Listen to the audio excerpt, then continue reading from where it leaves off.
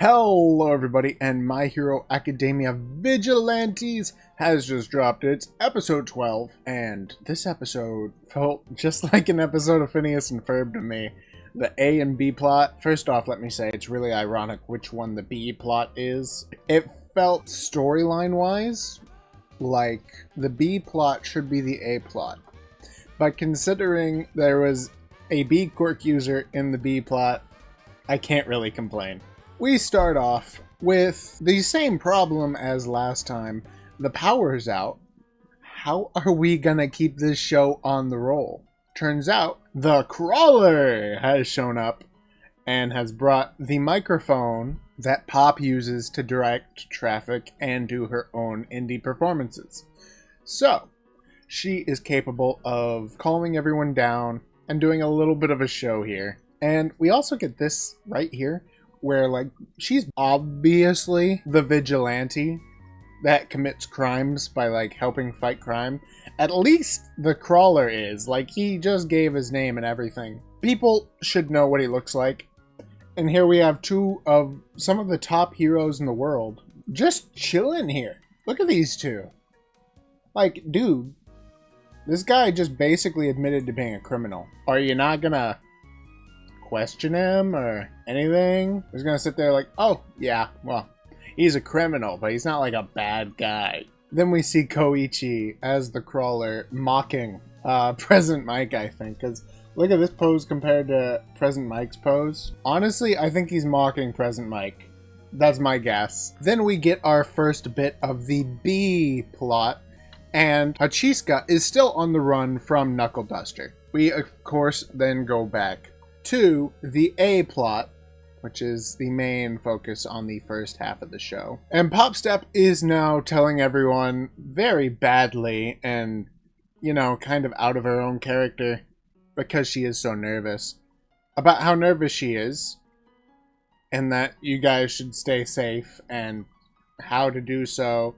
And there are people here who can guide you to the bathroom if you need to use the bathroom. We then go back to the B plot, and we see Hachisuka meeting this girl who was obviously the B user before she was the B user. And this is after having a fight with Oguro and her mother, basically being sent out onto the streets because she was upset at her parents. Then she steals the quirk from the electric eel user, the electric eel quirk user, and shocks Oguro to what we can safely assume is death.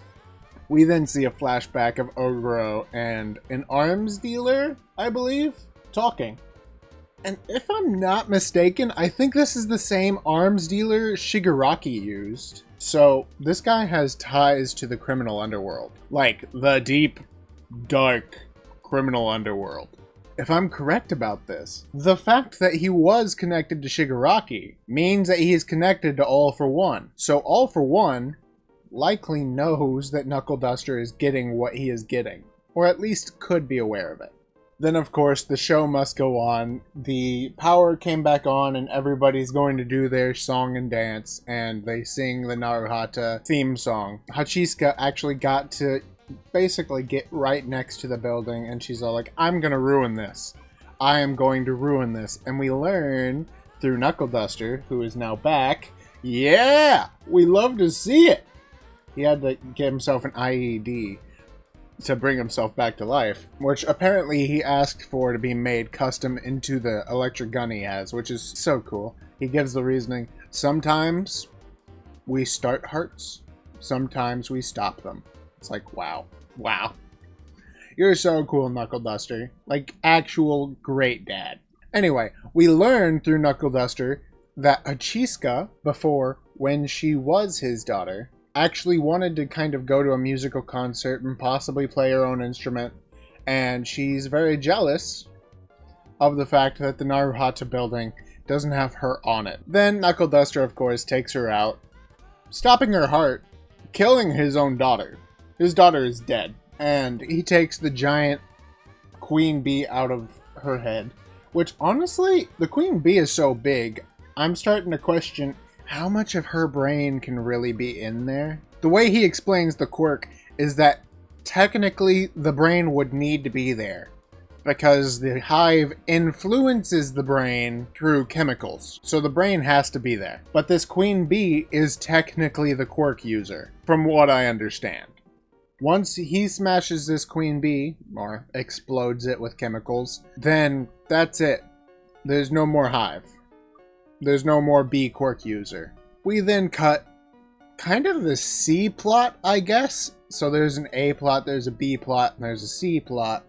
And it's Eraserhead feeling bad for this super fan of Pop Step.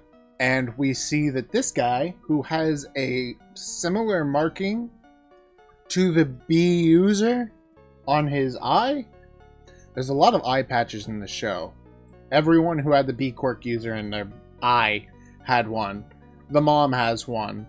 Like, okay. This guy is covering that half of his face. He seems to have caught one of the bees.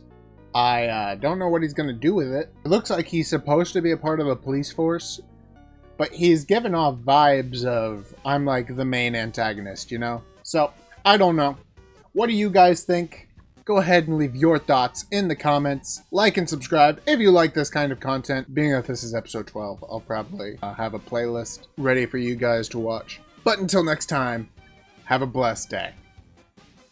And while you're here, go ahead and check out this video to see what you might have missed.